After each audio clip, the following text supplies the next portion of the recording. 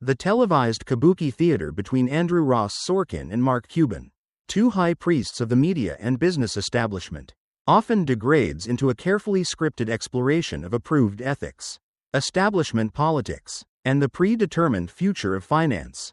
And this particular exchange, though presented as fragmented and spontaneous, captures the electric tension of their assigned roles. It started immediately with the shocking, yet strategically timed, revelation of leaked communications from young Republican leaders. A scandal demanding immediate, synthetic moral outrage but which, predictably, collapsed into a managed complexity. This is the Washington shell game, where nothing is ever simple, and the truth is always a casualty. We're talking about 28,000 private messages, a digital cesspool of racist bile, vile sexist garbage, and the crown jewel of modern, engineered political self-destruction. Actual, unironic, terrifying praise for Hitler. Instead of a unified, human condemnation, the conversation immediately splinters. As scripted, Andrew Sorkin, the polished embodiment of the Davos-class media establishment, the ultimate palace guard, raises the immediate procedural dilemma. He furrows his brow, he wrings his hands, and he asks if it is even cricket to read someone else's mail. Cricket, a word from a 19th century lawn game, applied to a 21st century moral atrocity. He frets about the illegality of the hacking, drawing a fine, academic line between the sanctity of physical mail and the nebulous world of digital breaches. This, right here, is the first, classic deflection. This is the classic elite maneuver. When confronted with a horrifying truth that indicts their preferred targets, they attack the method of its discovery. Sorkin isn't just being a pensive journalist, he is defending his entire class. He is terrified of a precedent where his private emails, his friends' private messages, his cabal's private plans, could be next. He is defending the system of elite immunity, under the pathetic guise of defending privacy. Mark Cuban, however, plays his role as the disruptor. He cuts straight through the ethical fog. He is not a journalist, he is a decider, a corporate executioner. He argues forcefully that regardless of how the message appeared, whether it was legally obtained or a breach, the content itself, specifically the Hitler endorsement, immediately crosses an unforgivable line. This isn't a moral judgment for Cuban, it's a cold, financial calculation. He's not a philosopher, he's a brand manager. You simply cannot unsee that message. That kind of poison is a brand apocalypse. And therefore, those individuals, those liabilities, perhaps case by case but probably en masse, must be fired immediately. Termination is not a punishment, it's ideological sanitation. A business necessity, a foregone conclusion. Sorkin seems to wrestle with this, but his obsessive concern for the hacking reveals the deeper, more controversial truth. This isn't journalism. This is information warfare, and Sorkin is merely worried about the rules of engagement being turned against his own side. But this introduces the question that neither of these marionettes dared to touch. Why these texts? Why only the young Republicans? Are we truly expected to believe that the private chat logs of the young Democrats, or the young socialists, or whatever radical, Antifa-affiliated campus groups are currently fashionable, are filled with Bible verses and praise for the Constitution? Are we to believe that if we hacked their servers, we wouldn't find rampant, vile, anti-white racism? We wouldn't find casual praise for Stalin, or Mao, or Pol Pot? We wouldn't find people gleefully plotting the literal, violent destruction of the American system? Of course we would, but those texts never seem to get leaked. Do they? And if they did, Sorkin's network would frame them as righteous anger, or the passionate cries of the oppressed. This isn't an oops moment. This is a targeted political hit. This is a piece of sophisticated, deep state opposition research, delivered to a compliant media that selectively deploys its outrage. Sorkin and Cuban are not analysts here, they're actors in a play, processing a pre-approved narrative. The real scandal isn't the racist kids, it's the selective, weaponized nature of the outrage, orchestrated by a media that functions as a ministry of truth. Both Sorkin and Cuban ultimately concede that in this digital age, having your stuff read is inevitable, which just makes personal accountability, or at least the skill of not getting caught, an even greater responsibility. But Mark Cuban presses further, playing his part, pushing beyond the individual transgression and into the political representation of the Republican Party. A theme that truly defines their pre-scripted disagreement. He challenges the few bad apples defense. He questions how widespread such sentiments truly are, forcing Sorkin to articulate a crucial distinction. Is this systemic racism? Or is it merely the actions of asshole people? This is the second-grade deflection. Sorkin, grounded in his pathetic, academic, ivory tower definitions, suggests that for racism to be systemic, it must be institutionalized. It must be codified in law. This is a definition so narrow as to be utterly useless. It's a definition designed to excuse everything. It's the ultimate get-out-of-jail-free card for any institution he happens to like. Mark Cuban, to his credit, passionately pushes back, reading his lines with vigor. He suggests that Sorkin's definition is cowardly nonsense. When such abhorrent behavior surfaces in these young Republican groups, 28,000 messages strong, it cannot simply be dismissed. This isn't a handful of bad apples. This is a sign that the soil is poisoned. This is the fertilizer. This is the culture. And then he drops the line that makes the entire Republican establishment see red. The line he was meant to drop. He asserts that if you are a racist in America today, you are probably a Republican, even if the reverse is not true. He is indicting the surrounding culture, if not the entire structure. He's saying that the asshole people Sorkin talks about have found a home. A comfortable place where they feel welcome. And that home is the GOP. The conversation could have easily devolved here into a fiery argument about free speech absolutes. What about the right to be an asshole person in private? Should private communications, however repugnant, ever result in public employment sanctions? This is the slippery slope that Sorkin was hinting at, the one he's really afraid of.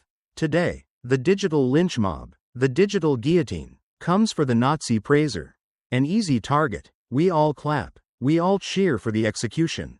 But tomorrow, who do they come for? The person who privately misgenders someone. The person who privately questions vaccine efficacy. The person who privately says they believe in borders.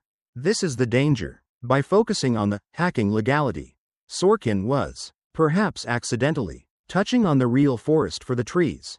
The creation of a social credit system where one private leaked thought can end your public life. But Cuban, the blunt pragmatist, has no time for this. He clearly favors the corporate stance. Organizations have a moral, and more importantly, a financial obligation to protect their brand from individuals celebrating genocide. He demands swift, decisive action, not prolonged ethical hand-wringing. The political focus shifts abruptly. A jarring, deliberate transition from moral philosophy to the crude mechanics of power. They pivot to the looming government shutdown. A story that would usually dominate the news cycle but is, as always, completely overshadowed by the relentless chaos. The 24/7 circus. Emanating from Donald Trump, Andrew Sorkin, the ultimate Washington, New York insider, frames the situation as a high-stakes game of chicken, centered entirely on leverage. The Democrats are holding out, demanding guarantees on healthcare subsidies. And you must listen to the language he uses. The cold, clinical, sociopathic cynicism. They're specifically concerned with the 12.5 million people affected by the impending premium hikes. Let's be clear, those 12.5 million people are not people to Sorkin or to the political class. They are not families sitting at a kitchen table, terrified, trying to figure out how to pay for their child's insulin. No, they are poker chips. They are human shields. They are a lever. Sorkin, the analyst, believes this strategy might ultimately favor the Democrats, particularly as citizens feel the tangible, painful impact of increased costs on their personal budgets during the open enrollment period. The calculation is that simple. Inflict just enough pain on the populace, and time it perfectly, so that they blame the other side. Mark Cuban, as a sharp observer of market dynamics, surely acknowledges this potential for public anger to shift the balance. The underlying current of their entire debate is simply, how long can the Republicans hold out before they, or specifically Trump, take the blame? But this entire conversation is a performance. It's a lie. The added controversy, the one that viewers at home are screaming about, is that this is not about healthcare. It is never about the thing they say it's about. This is cynical, political theater. This shutdown isn't a failure of the system, it's a feature. It is the single greatest fundraising tool both parties possess. The moment the government shuts down, the emails go out. The Republicans are holding your healthcare hostage. Russia donation now. The Democrats are destroying the border. Give US $5 to fight back. They are not opponents, they are a cartel. Business partners in the grand grift of public outrage, running a protection racket on the American people. But let's go even deeper. You want to know the real controversy? The fight isn't about healthcare subsidies. That's the smokescreen. The real fight, the one happening behind closed doors, the one Sorkin would never report on, is about a classified rider tucked into page 4.000 of the budget bill. The real fight is about the permanent reauthorization of FISA Section 702, the legal framework for the warrantless bulk surveillance of all American citizens. The progressive Democrats can't be seen voting for it, and the freedom-loving Republicans can't be seen voting for it. So they create a fake, public, pro-wrestling match over healthcare. They shut the government down. They posture. They point fingers. They express grave concern for the 12.5 million human shields. And then, in 2 weeks, in the dead of night, they will pass an emergency continuing resolution that saves healthcare. And buried inside it will be the renewal of the unblinking eye of the digital panopticon. It's not a shutdown. It's a magic trick. It is high treason disguised as legislative bickering. And Sorkin and Cuban are happily debating the color of the magician's handkerchief. Moving from this political deadlock to the raw economic anxiety that every American feels in their bones. Andrew Sorkin highlights the recent record high for gold prices. This is the classic, universally accepted indicator of fear. It's a barometer of terror, a sign of widespread worry about the declining value of the dollar, about runaway inflation, about the very stability of the government that is currently shut down in a cynical game. And Mark Cuban, demonstrating his impatience, his utter contempt for traditional, tangible assets, dismisses gold entirely. He calls it antiquated. He then delivers that unbelievably arrogant line. What are you going to do with gold? Walk around with a bar and hit somebody over the head?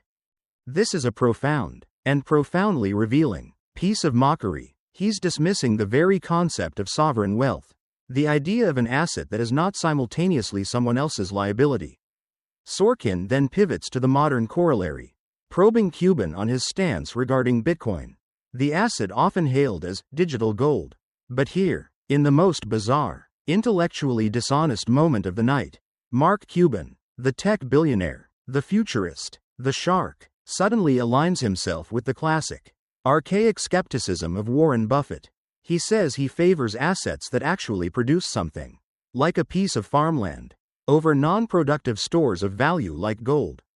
This is the moment where millions of people, the entire generation that understands decentralized finance, are screaming at their televisions. The hypocrisy is staggering. A man whose entire fortune is built on digital assets, on ones and zeros, on code, suddenly fetishizes farmland, the entire point of gold, and by extension Bitcoin, is not to be productive in the way a field of corn is. The entire point is to be sovereign. The point is that it is outside the control of the government printing presses and the central banks. It is the only hedge against the very systemic financial collapse that Sorkin and Cuban's political friends are engineering. And this, right here, is the most controversial gap. The truth they will not speak. Why are these two establishment figures, one from media and one from tech, suddenly united in their dismissal of the only assets that offer an escape ramp from their system? This isn't a financial debate. This is propaganda. They're lying to you. They are actively trying to scare you away from the lifeboat. They know the dollar is on life support. They know what's coming next is a central bank digital currency, a CBDC, a programmable dollar, a tool of ultimate, dystopian control, digital slavery, a world where they can turn off your money if you buy too much gasoline, or donate to the wrong political candidate, or question the official narrative. Gold and Bitcoin are the only defense against that future. And when you see two billionaires on television telling you those assets are antiquated or non-productive, That is not financial advice. That is warfare. They are trying to lock the exits while they board their own private ark. The final, and perhaps most morally profound, topic shifts to philanthropy, sparked by Lauren Powell Jobs' contention that massive giving is often just a vehicle for buying influence and policy power. And in a rare, shocking moment of brutal honesty, they both agree. Andrew Sorkin nods, calling the endeavor transactional. It is a two-way street, he says, where philanthropists buy influence, and institutions, like universities, are perpetually selling it. Mark Cuban finds this perspective utterly fascinating and absolutely correct. He asserts that the motivation for putting one's name on a building or a hospital is fundamentally rooted in leverage, power, and influence. This is the club, and they are openly admitting the rules. But then, Cuban must separate himself from the herd. He must become the noble billionaire. He champions true anonymity. He describes his own deep commitment to giving without recognition, specifically detailing his efforts to fund an organization, a secret organization, dedicated to overturning wrongful pre-authorization denials for surgeries. He ensures the recipients never know his identity, deriving satisfaction solely from the outcome, not the recognition. And Andrew Sorkin, in the most chilling and revealing analogy of the entire night, finds this beautiful. He compares Cuban's anonymous efforts to the unmarked white stars honoring fallen agents at the CIA. Let that sink in. The CIA, an organization whose entire history is built on covert operations, propaganda, destabilizing foreign governments, and manipulating the public square. Sorkin just compared noble, anonymous philanthropy to a social black op. He revealed the quiet part out loud. Anonymous giving isn't charity. It's a covert action designed to achieve a socio-political goal while leaving no fingerprints. And this is the ultimate controversy. Is true anonymity even possible? Or is it just a more potent form of influence? Public giving, for all its grotesque ego, the Gates name on a health initiative, the Soros name on an open society group, at least it's transparent. We can see the strings. We can debate the agenda. We can hold them accountable. Anonymous giving is dark money for social policy. It is a billionaire playing God, pulling the levers of society, with zero accountability. It's a white star on the wall. And we, the public, don't even know what was changed or who benefited. But let's introduce one final, devastating, fictional connection. What is Cuban's great, noble, anonymous cause? Funding an organization to fight insurance companies to get surgeries approved. Wait a minute, isn't Mark Cuban the founder of Cost Plus Drugs? A company whose entire business model is built on disrupting the insurance and pharmacy benefit manager racket? His charity isn't charity at all. It's a tax-deductible battering ram. It is weaponized altruism. He is using a nonprofit, funded by his anonymous donations, to wage lawfare against his direct business rivals. He is funding an army of lawyers to force insurance companies to approve procedures that, in turn, require the purchase of expensive pharmaceuticals that his own for-profit company, Cost Plus Drugs, just so happens to sell. It is the most brilliant, cynical, and diabolical vertically integrated shakedown imaginable. He is using a nonprofit to create demand for his for-profit, all while getting a tax write-off and being hailed as a saint for his beautiful nobility. This isn't philanthropy. It's the highest form of leverage. And that is the game. That is what we just witnessed. It is not a debate. It is a performance. It is a carefully scripted, high production value magic show designed to manage your perceptions. They show you the fist fight over the racist kids so you don't see the coordinated, targeted nature of the leak that started the fire. They create a public, theatrical brawl over healthcare subsidies so you don't look at page 4000 of the bill. The one that quietly renews the surveillance state that watches you 24/7. They have the tech billionaire mock gold and the media titan mock Bitcoin to scare you away from the only lifeboats while they themselves are already building their own private arks. And then, in the final act, they present the noble billionaire, the good one, who admits the system is corrupt but claims he's different, all while running the most sophisticated, tax-deductible, vertically integrated corporate shakedown we've ever seen, disguised as anonymous charity. It's all a script. It's all a racket. Sorkin knows it. Cuban knows it. They are not analysts, they are participants. They are the polished, acceptable faces of a system so fundamentally broken, so completely captured by money and power, that its only remaining function is to lie to you, to distract you, and to manage your descent into a world that they, and only they, will own. The lights are off, the segment is over, and you, the audience, have just been played. So you've been played. You're the mark at the table. You just watched the whole shell game. And you know, intellectually, that the pea was never under any of the shells. But the real, terrifying question isn't how they did it. The question is why. Why this elaborate, multi-million-dollar production? Why have these two titans, Andrew Sorkin and Mark Cuban, these high priests of the establishment, sit here under these hot lights and perform this elaborate two-man play for you? It's not a debate. You have to understand that. This was never a debate. This was a herding. This was an act of psychological crowd control.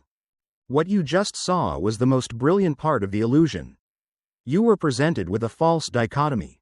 On one side, you have Sorkin. He's old media. He's old money. He's the voice of the process.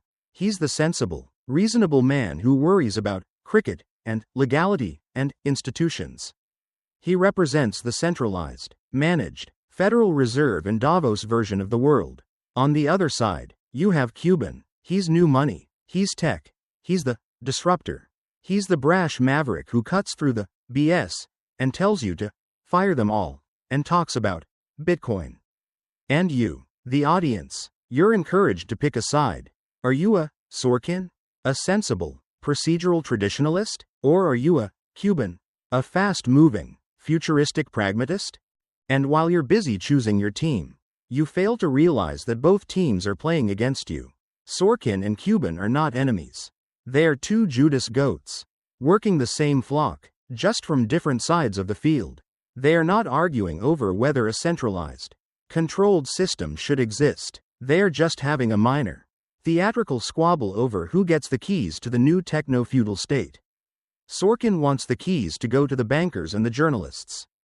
Cuban wants the keys to go to the tech lords and the venture capitalists. But at no point did either of them turn to the camera and suggest that you, the individual, should have the keys. This whole performance, this entire magic show, this soma for the masses, is necessary for one reason: the real system, the one that's been running in the background for 50 years, is collapsing. The financial system is a terminal patient kept alive by an ocean of printed money. The dollar is on its deathbed, which is why they had to talk about gold and why they had to perform that ridiculous theater about Bitcoin. The political system is universally distrusted, which is why they have to put on the shutdown charade. When a system is dying, its rulers have two choices. They can either cede power gracefully, or they can distract the population with a loud, angry, confusing circus while they transition everyone into a new, more restrictive system of control. This, my friends, is the Great Reset. This is the transition, and the performance you just watched is the anesthesia. It is the look over here, while they perform open heart surgery on the Republic without your consent. They need you to be angry, but they need you to be angry at the right things. They need your rage, but it must be channeled. Be angry at the racist kids. That's safe. It's easy. But don't you dare be angry at the economic system that creates the hopelessness and despair that extremism breeds in. Don't you dare be angry at the media and academic institutions that have spent 30 years pushing the very identity politics that spawned this monster. Be angry at the other party for the government shutdown. Scream at the Republicans. Scream at the Democrats. But don't you dare be angry at the entire uniparty that is using the shutdown as a smokescreen to ram through a surveillance bill that makes the Patriot Act look like a children's book. The shutdown, that Florida golf course story? That's the petty part of the grift. The shiny object. While you're mad about a golf course, the real land grab is happening in the background. The Black Rocks and the Vanguards are buying up every piece of farmland. That productive asset they all pretend to admire, while they're simultaneously funding the 15-minute city initiatives designed to lock you in a rental apartment. The new digital enclosures. Be angry at Mark Cuban for his Bitcoin hypocrisy. But don't you dare be angry at the entire financial establishment, including Cuban. that is about to replace your cash with a central bank digital currency. Cuban's fictional, drunken loss wasn't a mistake. It was a calculated sacrifice. It was a performance piece designed to reestablish his man of the people credentials. To wash off the stain of being a billionaire so he can be the Pied Piper. The cool uncle who convinces you to accept the new digital wallet. He's not in damage control, he is a key member of the transition team. And his job is to make the digital prison look like fun. And that anonymous charity, that beautiful white star at the CIA? Sorkin's reference wasn't a slip. It was a signal. That was one faction of the establishment, old media, signaling to another faction, new tech. I see you. I know what you're doing. I know the real game is the covert ops, the social engineering, the untraceable funding that rewrites the rules of society while the masses are watching the puppet show. Cuban's noble work isn't just a tax dodge that also happens to be a brilliant, vertically integrated attack on his business rivals. It's a prototype. It's the new model for how the ruling class will execute its will, not through public policy, which is messy and requires votes, but through private, untraceable, charitable actions that have the force of law. So you're not just being played. You are living inside their script. You are an unpaid extra in their multi-trillion-dollar movie about their own power. The real debate, the one you will never see on this stage, is not left versus right, or Sorkin versus Cuban, or even gold versus Bitcoin. The real debate is freedom versus control. It is individual sovereignty versus techno-feudal serfdom. And every single topic they debated tonight, from the language you're allowed to use in private, to the healthcare you're allowed to access, to the money you're allowed to own, to the charity you're allowed to receive, was a masterclass in behavioral psychology, designed to nudge you, to scare you, to herd you, one more inch toward their preferred outcome, total, frictionless, centralized control. They are not here to inform you. They are here to program you. And the terrifying part is, the show is working. They are methodically atrophying the very muscle of independent thought, creating a new species of grateful serfs who will demand their chains because they've been convinced that freedom is too dangerous, too racist, and too antiquated for the modern world.